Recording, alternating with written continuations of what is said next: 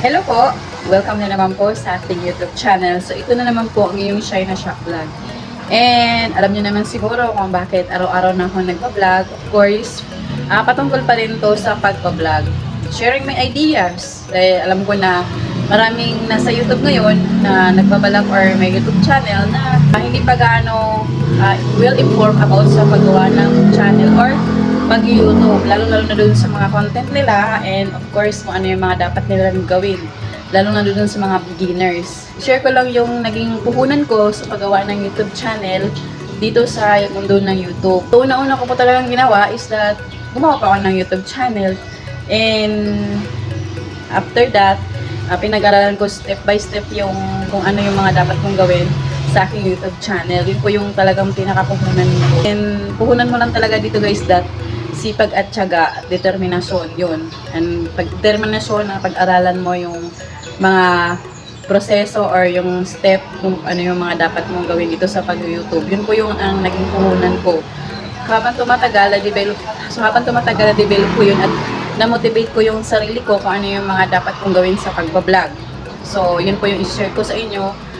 So, kung siguro kung sa gadget, nung una, bumili ako ng mamahaling camera, like GoPro. Pero ngayon, hindi ko naman siya ganun na nagamit dahil tulad ng sinasabi ko, busy tayo and mas komportable ako or mas madali sa akin gamitin ang cellphone kasi sa pag-i-edit, yun po yung pinakamahalaga.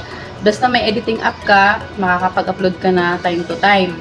So, mag-take ka lang ng video, 5 seconds, pwede mo nang i-upload. Basta, tulad ng sinasabi ko, hindi naman tayo sikat dito sa YouTube, nagbabakasakali lang tayong lahat dito. So, kailangan nang i-upload mo is that informative content and of course, my learnings. Yun po yung mahalaga kung bakit tayo gumawa ng YouTube channel. Basta, huwag ka lang ma-distract guys. Mag-upload ka lang na mag-upload. I-suggest dun sa mga beginner na nahihirapan kung paano gumawa ng YouTube channel. Basta may cellphone ka, may self-confident ka, and pagpapraktisan mo yung pag-i-edit, yun po yung pinakapuhunan mo dito sa YouTube. Pinakapuhunan mo dito guys is that dasal talaga. Dasal lang dasal para ma-discover yung ating YouTube channel. And of course, ang pinakapuhunan ko dito is that may patience ka or meron kang tiyaga or paghihintay para lumago yung YouTube channel. Lahat naman ng bagay, walang instant ito sa mundo guys. Lahat dito paghihirapan mo. So yun po yung i-share ko sa aking mga subscribers at sa aking mga viewers at lalo-lalo nun sa mga nagbabalak na gumawa ng videos at gumawa ng vlog or nagbabalak na mag-vlog or gumawa ng YouTube channel. Yan lang po yung puhunan nyo. Yung unang-una, magtiyaga ka mag-vlog. Pangalawa, matuto ka sa process ng pag-edit. Pangatlo, pag-aralan mo yung mga scene YouTube. Pang-apat, magkaroon ka ng self-confidence sa pagbablog. Pang-lima, kailangan mag-research ka ng mga topic which is learning and entertaining, lalo-lalo dun sa mga gusto mong iparating na topic sa mga viewers. And of course, pang-anim, yung tiyaga at of course, determinasyon na paniniwala sa sarili mo na maglalas ka sa pagbablog. Kasi ang pagbablog lang naman guys, hindi lang naman ngayon lang eh.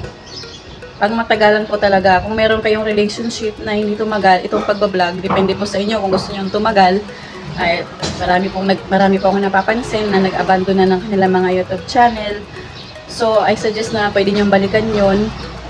Kung yung ex nyo ay hindi nyo na pwedeng balikan, depende sa sitwasyon nyo, pero yung YouTube channel nyo, pwede nyo pong balikan. Pwede kayo mag-upload ng mga videos para ma-discover ano yung YouTube channel. Yan, so sa mga nagbabalak na gusto ma-discover dito sa mundo ng YouTube, dahil katulad ng sinasabi ko, hindi naman tayo artista or sikat para tangkilikin dito sa mundo ng YouTube.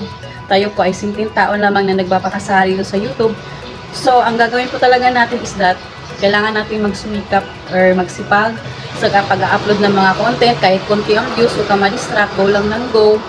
Kasi naniniwala ko talaga ako sa kasabihan na mararating din natin yung tugatog ng tagumpay or yung success na pinakamimiti natin.